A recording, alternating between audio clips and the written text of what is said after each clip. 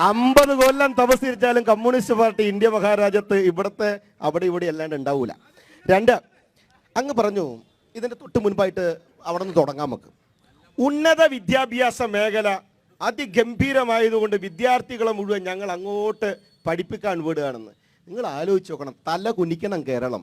വൃദ്ധസദനമാക്കി മാറ്റിയാണ് കേരളത്തിലെ കുട്ടികൾ. +2 കഴിഞ്ഞാൽ എല്ലാവരും അങ്ങ് കാനഡയിലേക്കും ഓസ്ട്രേലിയയിലേക്കും എല്ലായിടത്തേക്കും പോയി പഠിക്കേണ്ടി വന്നത് ഉന്നത വിദ്യാഭ്യാസ മേഖലകളിൽ കഴിവുകെട്ട മന്ത്രിമാർ ഇടതുപക്ഷത്തുണ്ടായത് കൊണ്ടാണ്.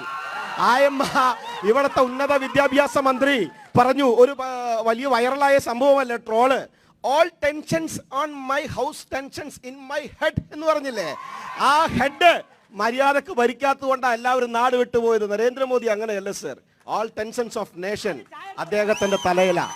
അത് കൃത്യമായി അദ്ദേഹം നടപ്പിലാക്കുന്നത് കൊണ്ടാണ് ഈ രാജ്യം വികസനത്തിന്റെ പാതയിലേക്ക് വരുന്നത്.